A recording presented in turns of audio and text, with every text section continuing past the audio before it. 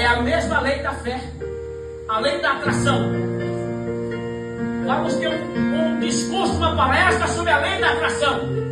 O crente olha assim e fala: isso não é balela, que não é atração nada, não sei o que, vai repugnando. Mas quando você para ler e para entender o que eles estão falando de maneira diferente, mas é a lei da fé. É a lei da fé. O pastor falou para nós, que eu ainda era jovem, lá na Avenida 13, que se você começar a dirigir uma igreja e você está orando para que Deus mande pessoas, mas você não enxergou ainda pela fé a igreja cheia, a igreja nunca vai encher. E o que a lei da atração fala? Ela fala para você visualizar o que você quer, porque aquilo vai se materializar na sua vida. Quando nós rejeitamos, o mundo abraça e eles passam a prosperar. Mas que nessa noite nós possamos fazer diferente. A lei da fé, ela cria aquilo que você almeja. Você tem que visualizar, enxergar aquilo que você quer. Tem que enxergar pela fé. Está escrito que pela fé entendemos que o universo foi criado. Deus, ele viu tudo e falou e tudo foi acontecendo. Ou você acha que Deus não viu nada? Quando você quer um aumento, você está vendo já o olerite. Está vendo, então você está enxergando. Mas tudo começa primeiro pela mente, pelo pensamento. Nada acontece no mundo sem passar primeiro pelo pensamento. Primeiro nós pensamos e depois nós falamos.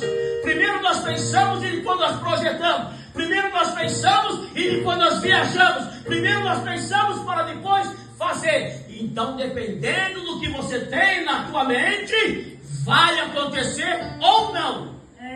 Ou não. E eu estou falando, tudo aqui está na palavra. Tudo está na Bíblia. Então Provérbios diz: a língua tem poder sobre a vida e sobre a morte. Alguém costuma dizer assim, quando recebe o olerite, algumas pessoas falam que é papel cebola, porque você abre e chora. Eu fico só olhando. São pessoas derrotadas. Se você tinha esse hábito, para. Não é assim que funciona. O meu avô sempre me ensinou a agradecer pelo meu pagamento. Então eu agradeço por aquilo que eu estou recebendo. E eu tenho certeza que muito mais virá sobre a minha vida. É coisa positiva. Positivo e não negativo. Então palavras têm poder. Romanos 10:9. Se você confessar com a tua boca que Jesus é Senhor, confessar com a boca a palavra que Jesus é Senhor e crer em seu coração que Deus o ressuscitou dentre os mortos, será salvo. Então não tem nada que foge da nossa palavra. Eu confessei, eu acreditei e eu permaneci fiel, eu serei salvo. Agora eu tenho que falar. Eu tenho que falar. A palavra, ela continua tendo poder. Inclusive, quando nós vamos dar a chamada do filho, você não pode falar palavras ruins para seu filho. Você não for seu bandido. Você está decretando que ele vai ser um bandido. Seu isso, você decreta que ele vai ser aquilo. Para um pouquinho, 1 minuto, 1 segundo. Está estressado? Para.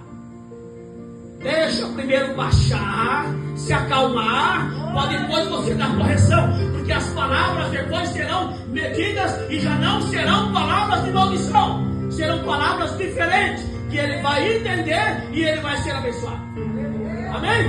Palavra tem poder. E nós temos poder até para dominar. E muitas vezes nós erramos. Nós, que nós policiamos, nós erramos. Então como que as palavras atuam? O poder das palavras reside na capacidade de moldar emoções, pensamentos e comportamentos. Transformação pessoal e o sucesso estão relacionados com a mudança de mentalidade. Ninguém muda orando. Você pode orar para Deus mudar a sua vida, que não vai acontecer não. Tem que orar e tem que buscar conhecimento. Tem que atrelar as duas coisas. Por exemplo, eu quero ser um médico, correto? Eu vou orar. Eu vou receber diploma de medicina. O que eu tenho que fazer? Para a faculdade. O desejo de ser um médico, eu oro, Deus está confirmando, porque desejo também é oração. Então cuidado com aquilo que você deseja, e eu tenho que buscar conhecimento. Eu vou para lá. Por exemplo, no Antigo Testamento, reis, profeta e sacerdote. O que acontecia com eles? O profeta, o ministério de profeta não existe mais hoje. Terminou em João. Por quê? Porque o ministério de profeta era uma chamada de uma pessoa para ele conduzir e levar a palavra, e era uma função, uma profissão. Era aquilo que ele fazia. Você não vê mais Oséias, que era boieiro, depois que ele foi chamado para ser profeta, voltar a cuidar do gado. Você vê ele falando a palavra, profetizando para povos, para nações, para pessoas, porque era uma função, correto? De conduzir a palavra. Então ele levava a palavra. Hoje é diferente. Hoje eu estou aqui na condição de um profeta, mas não é a minha função material. Eu estou aqui como porta-voz da palavra, só que depois eu continuarei ministrando. Mas eu vou embora, vou trabalhar e tudo mais. Antigamente era diferente. Era apenas isso que ele fazia. O profeta Elias, o que ele fazia? Quando secou tudo, ele foi fazer um bico, foi trabalhar. Ele ficou lá no ribeiro, esperando a ordem de Deus para sair do ribeiro, porque era a função dele ser guiado por Deus e ministrar a palavra. E quando ele falava, tudo que ele falava acontecia, independente da condição. Então as coisas mudam.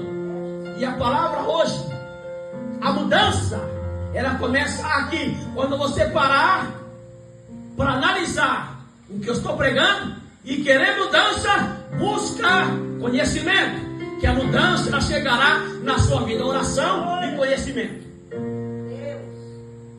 E a mudança começa na mente, depois vem prática, e por fim virão os resultados. Os resultados. Provérbios 23, 7. Porque como imaginou na sua alma. O que quer dizer isso daqui? Assim é. Assim é. Aqui quem fala é Salomão. Como você imagina, aqui, assim você é. Tem uma frase que eu gosto muito. Se você pensa que é um fracassado, você será um fracassado. É uma frase real. E a Bíblia está dizendo assim, porque como imaginou. Em outras versões é o pensamento. O pensamento na alma. Assim você é. A minha esposa sempre pensou bem de mim. E eu sempre pensei bem de mim. Eu sempre quis crescer. E eu sempre pensei bem. Eu nunca fiquei olhando para o obstáculo. Independente de onde você mora. Eu não morei aqui no Bom Sucesso. Então eu pensava no saco. Porque não tinha energia, não tinha banheiro, não tinha. Estava lá feliz da vida. Mas nós temos que ter evolução, crescimento e buscar coisas grandes. Por exemplo, estou pintando um carro, vi um avião aqui em Rio Claro. Eu olhei para o avião e falei: um dia eu vou pintar avião. Isso foi um pensamento. Foi um pensamento. Um dia eu vou pintar avião. Mudei de Rio Claro para São Carlos. Eu mudei, é interessante. E as bênçãos seguirão. Não está escrito lá em Deuteronômio? E essas bênçãos seguirão. Como o que quer dizer isso? Eu não preciso correr atrás da bênção, porque eu não vou alcançar ela. Ela sempre vai estar atrás de mim. Eu corro, mas ela está atrás. Eu não vou alcançar. Eu tenho que viver pela fé. Não é por vista, mas é por fé. E eu falei, mudei para São Carlos em 99. Lá não tem aeroporto. Aqui também não. Mas eu falei que um dia eu pintar avião. Quem foi para lá? A TAM, que hoje é Latam. Então a bênção me seguiu. Chegou lá. Vou resumir tudo, porque você não tem noção do milagre que foi. Você não tem noção. Eu só sei que eu entrei. Eu vou contar alguns pormenores. Em 2001, eu enviei um currículo por debaixo da porta da agência que estava pegando o currículo, porque estava fechado. E liguei para eles na segunda-feira se eles pegaram meu currículo. Falou que sim, mas eu pedi para falar o meu nome. Eles leram o meu nome. Falei, beleza, eles pegaram. Fui chamado, fiz a primeira entrevista. uma pilha assim, 300 currículos, separou 30. Mas eu já fui acreditando que a porta estava escancarada para mim.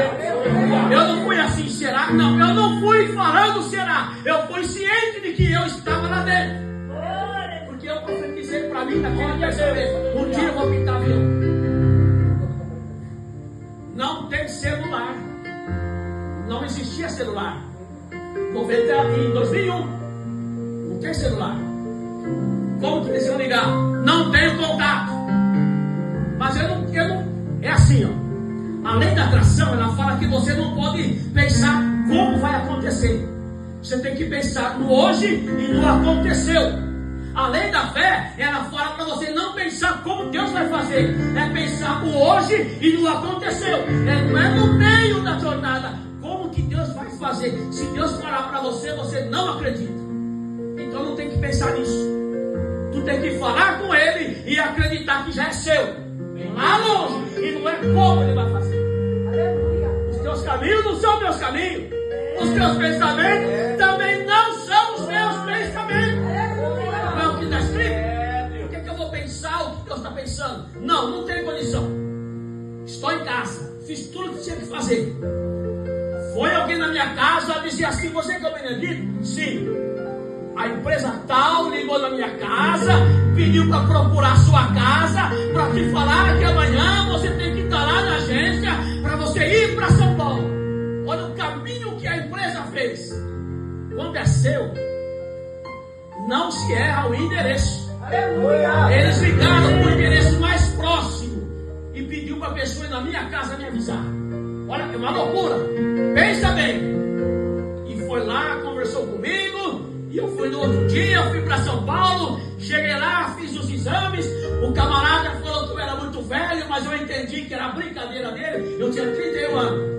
E a turma tudo mais novinha, 20 e pouco. Mas o negócio é, resumindo, é seu. É seu, acabou. Dia 1 de julho de 2001, onde que eu estou? Estou lá em São Paulo fazendo integração, porque já estou registrado na empresa. Quem que me indicou? Eu tinha cunha? Não. Foi Deus que me indicou. Não conhecia ninguém. Foi Deus que me indicou. Eu entrei pela porta, mas é pela fé. Ok? A palavra tem poder. E o que você pensa de você vai acontecer. Se pensar coisas ruins, vai acontecer. Se pensar coisas boas e sustentar, vai acontecer. Olha, o que você pensa vai transformar em realidade.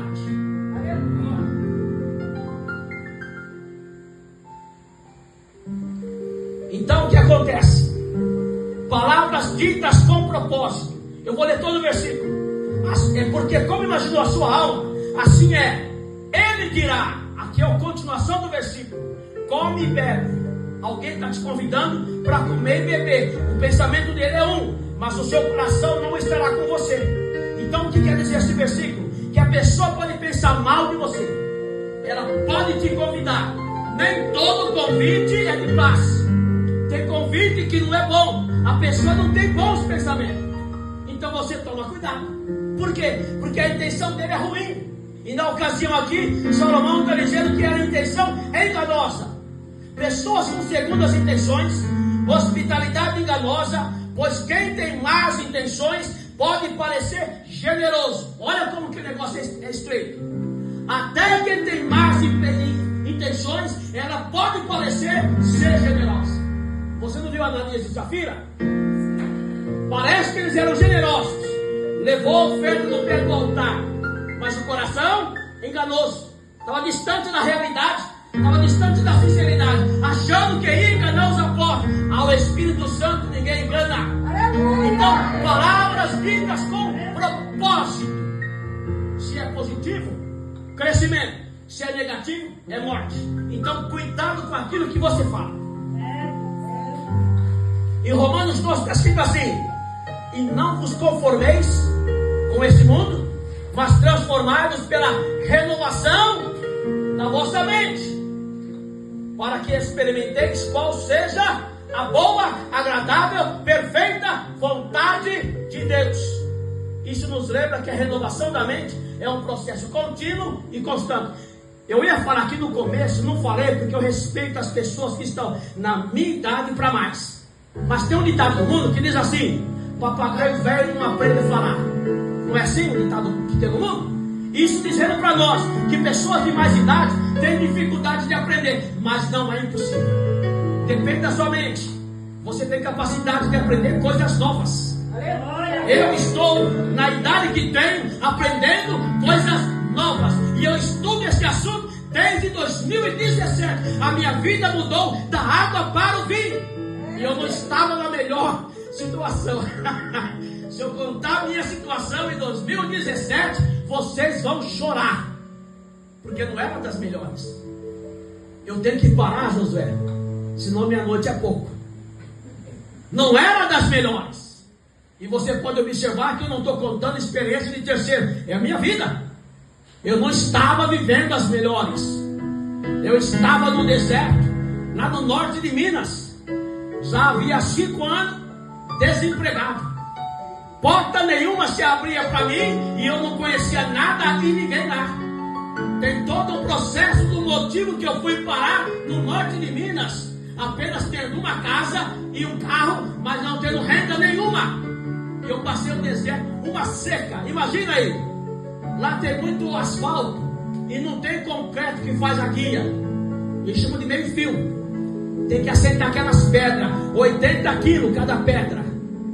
E onde que eu estou? Cavando valeta com a chibanca para assentar as pedras num 30 graus. Mas não é o mesmo 30 graus daqui.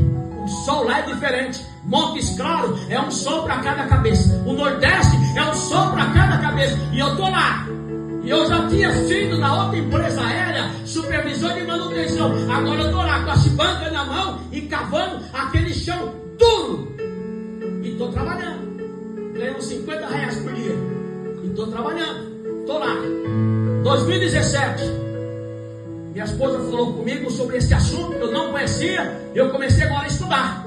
Fui para a internet, comprei livro e estou estudando. E eu fui entendendo que é um assunto que está no livro, mas está na Bíblia. Se extrai da Bíblia e põe no livro. Eu fui estudando e eu fui melhorando o pensamento. O que comanda nós é o pensamento. Não é a força do braço, é aqui dentro. Na vida espiritual e na vida material, o que comanda é o pensamento. Por exemplo, quando alguém se converte ao Evangelho e ele se converte com o coração, ele está alegre, ele pula, ele canta, ele dança, ele cheio de poder. Daqui a um tempo é provável que ele deixe o Evangelho. Mas quando alguém aceita Cristo com razão, com mente, com cabeça, ele vai analisando, ele vai pensando, ele vai analisando, vai pensando e vai se firmando, porque é racional. E o Evangelho, ele é primeiro racional, depois que é emocional. Primeira razão é entender o porquê que Jesus morreu na cruz. Entender com clareza. Então a mentalidade. Isso daqui não está de enfeite. Isso daqui comanda o corpo. E comanda também a nossa vida espiritual e material. Racional. E eu fui para lá e comecei a estudar. Como é que eu voltei para Campinas ou para São Paulo? Doido para voltar para São Paulo. Sou aqui no interior de São Paulo. Fiz entrevista 3 vezes na mesma empresa. Na 4ª vez, me ligaram, pediram para mim enviar um currículo. Eu enviei o currículo, chamaram, falei, eu vou ou eu não vou. Estava meio desanimado. 3 vezes. Não tenho condições de sair daqui para ir para São Paulo. Tudo bem. Conversei com alguém, marcaram entrevista. Fiz entrevista. Mas nesse momento, irmãos, eu quero dizer para os irmãos que a minha mente, ela estava desse jeito. Eu vou para Campinas e eu estou trabalhando na empresa X, na Azul. Eu trabalho no aeroporto, estou muito feliz. Eu via eu lá no aeroporto e via eu morando em Campinas.